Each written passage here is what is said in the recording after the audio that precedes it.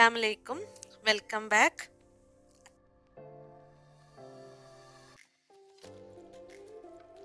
എല്ലാവരും സുഖമായിരിക്കുന്നു എന്ന് വിചാരിക്കുന്നു. അപ്പോൾ ഈദൊക്കെ എല്ലാവരും അടിച്ചു പൊളിച്ചിട്ടുണ്ടാവില്ലേ? ഇന്ന് ഞാൻ ഖത്തർ നാഷണൽ മ്യൂസിയത്തിൻ്റെ ഒരു വീഡിയോ ആയിട്ടാണ് വന്നിട്ടുള്ളത്.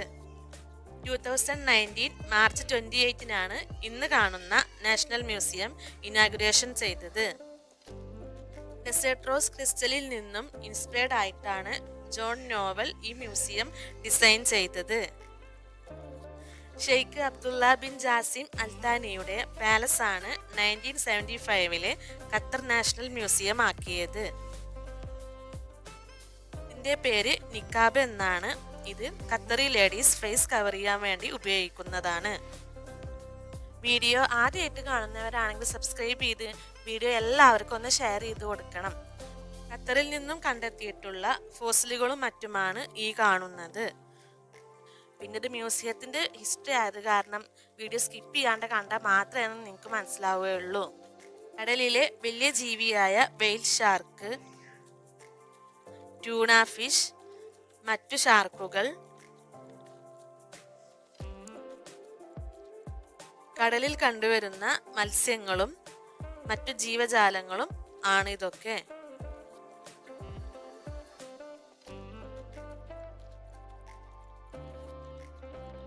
ഞങ്ങളെ വീഡിയോസിനെ പറ്റി എന്ത് ഫീഡ്ബാക്ക് ആണെങ്കിലും നിങ്ങൾ കമൻറ്റ് ചെയ്യണം. എന്നാലാണ് ഞങ്ങൾക്ക് നെക്സ്റ്റ് വീഡിയോയിൽ അത് തിരുത്താൻ കഴിയുള്ളൂ. ഖത്തറിൻ്റെ ഡെസേർട്ടിലും മറ്റും കാണുന്ന ഒട്ടകപ്പക്ഷി, ഒറിക്സ്, അവയുടെയൊക്കെ രൂപങ്ങളാണിത്.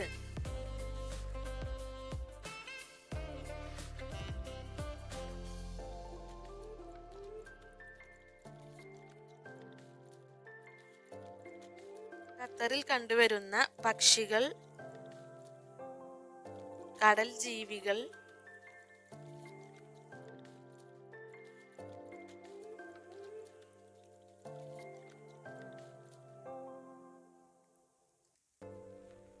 സസ്യങ്ങൾ എന്നിവയാണിതൊക്കെ. ഖത്തറിന്റെ പല ഭാഗങ്ങളിൽ നിന്നും ആർക്കിയോളജി കണ്ടെടുത്തിട്ടുള്ള ശിലകളും പാത്രങ്ങളൊക്കെയാണ് ഇപ്പം നമ്മൾ കാണുന്നത്. ആദ്യ മനുഷ്യർ ഹണ്ടിങ്ങിന് വേണ്ടി യൂസ് ചെയ്തിരുന്ന കല്ലുകളും മറ്റുമായിരുന്നു ഇത്. ഖത്തറിന്റെ ഹിസ്റ്ററിയും കൾച്ചറും ഇന്ന് നമ്മൾ കാണുന്ന ഖത്തറിലേക്കുള്ള വളർച്ചയുമാണ് ഈ മ്യൂസിയം കാണിച്ചു തരുന്നത്. ഖത്തറിന്റെ ആദ്യ മനുഷ്യർ 2 തരത്തിലാണ് ജീവിച്ചിരുന്നത്. ഒരു വിഭാഗം മത്സ്യബന്ധനവും മറ്റൊരു വിഭാഗം ഡെസേർട്ട് അനിമൽസിനെ ഹണ്ട് ചെയ്തും കൃഷി ചെയ്തും ഒക്കെയാണ് അവർ വരുമാന മാർഗമാക്കിയിരുന്നത്.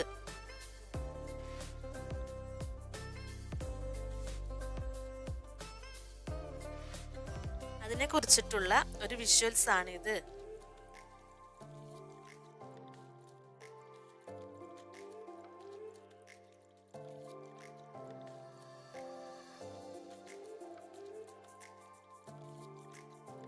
അതിൽ ഒരു വിഭാഗം ഡെസേർട്ടിൽ പോവാൻ കുതിരകളെയും ഒട്ടകങ്ങളെയുമാണ് ഉപയോഗിച്ചിരുന്നത്. അതിനുവേണ്ടി അവർ ഉപയോഗിച്ചിരുന്ന സാധനങ്ങളാണിത്.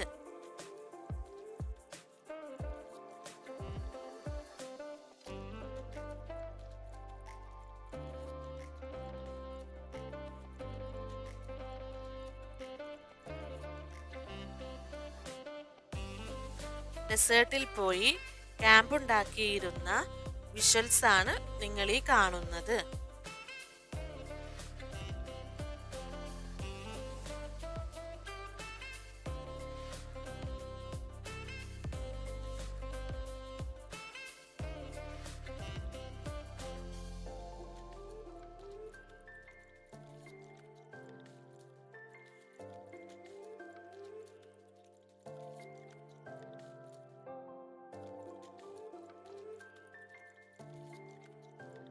അതിനവർ ഉപയോഗിച്ചിരുന്ന കാർപ്പറ്റും മുതലായവയാണിത്.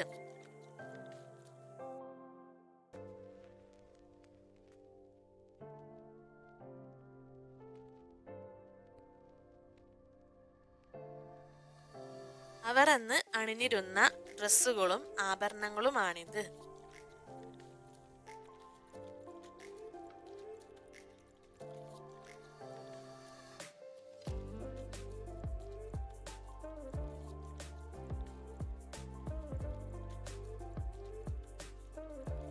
ഓരോ ഗോത്രങ്ങളുടെയും ഒട്ടകങ്ങളെ തിരിച്ചറിയാൻ വേണ്ടി ഉപയോഗിച്ചിരുന്ന അടയാളങ്ങളാണിത്.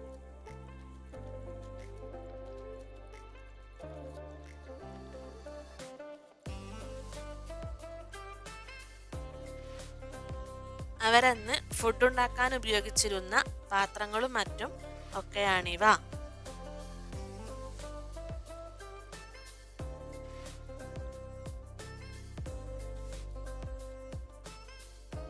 ഇനി നമുക്ക് മറ്റു വിഭാഗത്തിന്റെ ജീവിതശൈലി കൂടി കാണാം.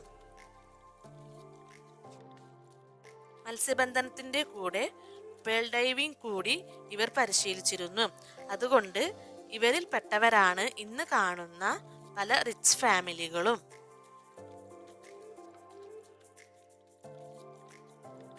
അവരന്ന് ഉപയോഗിച്ചിരുന്ന പാത്രങ്ങളും മറ്റുമാണിതൊക്കെ.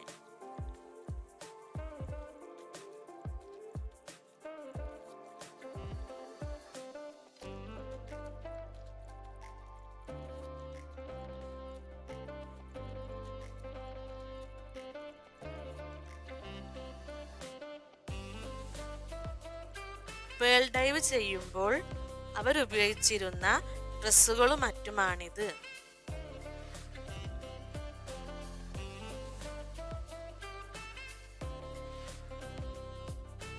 മത്സ്യബന്ധനത്തിന്റെ വിഷ്വൽസ് ആണിത്.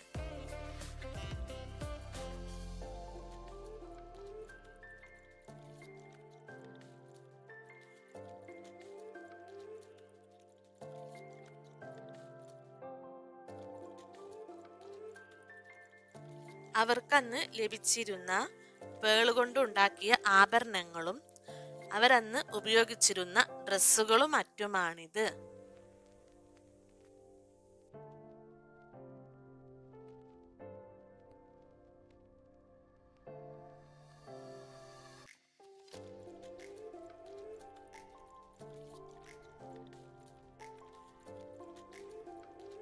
അവരത് എക്സ്പോർട്ട് ചെയ്തിരുന്നു. അതായിരുന്നു അവരുടെ പ്രധാന വരുമാന മാർഗം.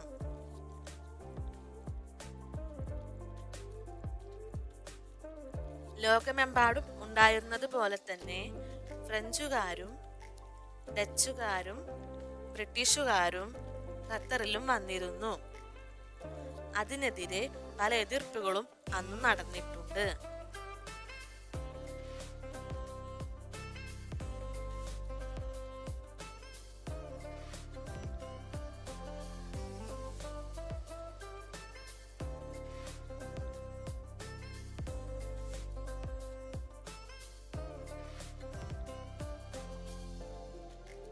അന്നത്തെ സാമ്രാജ്യത്വ ശക്തികൾക്കെതിരെ എതിർത്തുനിൽപ്പിന്റെ വിഷ്വൽസ് ആണ് ഈ കാണുന്നത്.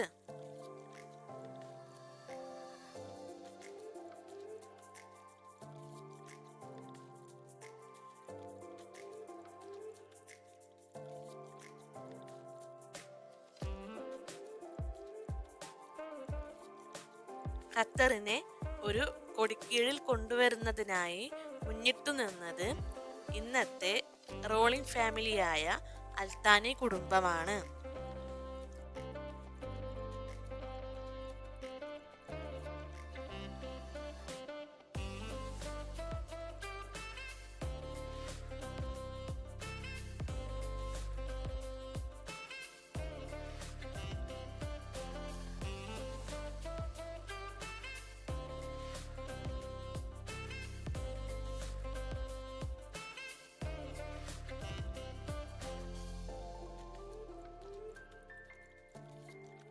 നാച്ചുറലായി ലഭിച്ചിരുന്ന പേൾ കൃത്രിമമായി ഉൽപ്പാദിപ്പിച്ചതുകൊണ്ട് ഖത്തർ സാമ്പത്തികമായി തകർന്നു. അതിനുശേഷം പെട്രോളിയം, ഗ്യാസ് തുടങ്ങിയ സോഴ്സസ് കണ്ടെത്തിയതിനു ശേഷം വീണ്ടും അവർ പഴയ പ്രതാപത്തിലേക്ക് തന്നെ തിരിച്ചു വന്നു. ഇതൊക്കെ അന്ന് റൂളിംഗ് ചെയ്തിരുന്നവരുടെ ഫോട്ടോസൊക്കെയാണ്.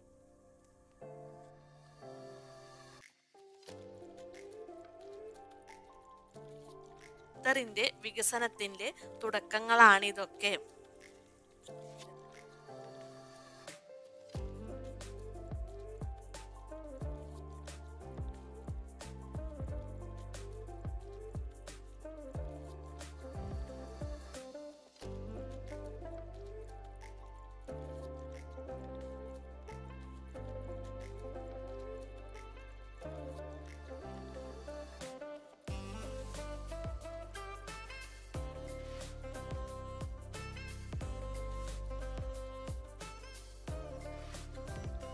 നയൻറ്റീൻ 93-ലാണ് ഖത്തർ എയർവേസിന്റെ തുടക്കം.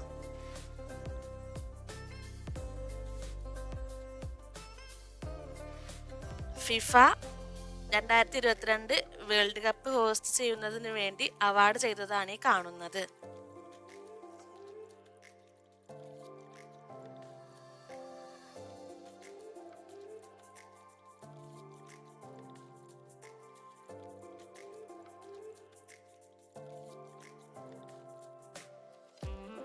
മ്യൂസിയത്തിന്റെ ഉള്ളിലുള്ള ഒരു ഗാലറിയാണ് ഈ കാണുന്നത്.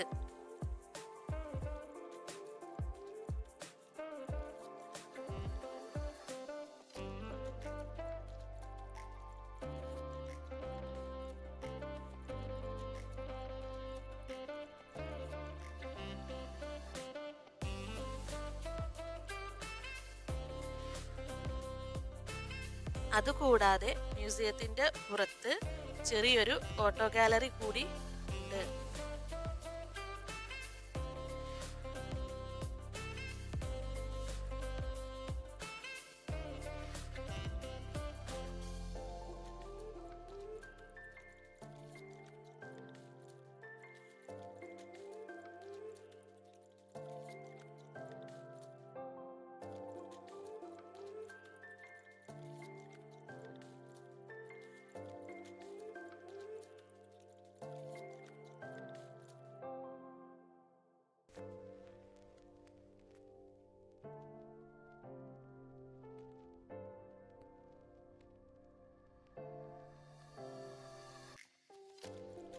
ഇനി മ്യൂസിയത്തിന്റെ പുറത്തുള്ള കാഴ്ചകൾ കൂടി കാണാം. വേൾ ഡൈവിങ്ങിനും മറ്റും ഉപയോഗിച്ചിരുന്ന മരം കൊണ്ട് നിർമ്മിച്ചിട്ടുള്ള ഒരു ക്രൂസിന്റെ മോഡലാണ് ഈ കാണുന്നത്.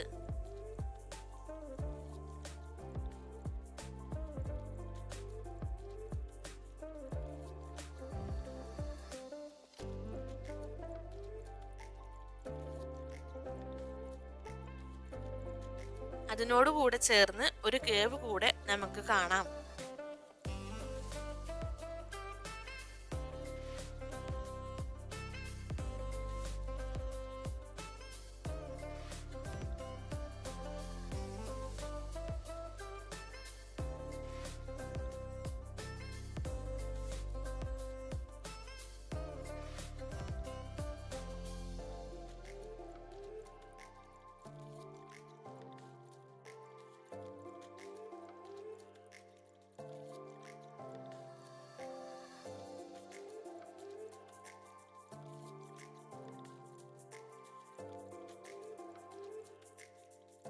അതെല്ലാം കണ്ടിറങ്ങിയതിനു ശേഷം പാർക്കിങ്ങിനോട് കൂടെ ചേർന്ന് ഖത്തറിന്റെ എനർജി സോഴ്സിനെ കുറിച്ച് കുട്ടികൾക്ക് വേണ്ടി നിർമ്മിച്ചിട്ടുള്ള ഒരു പാർക്ക് കൂടി നമുക്ക് പുറത്ത് കാണാം.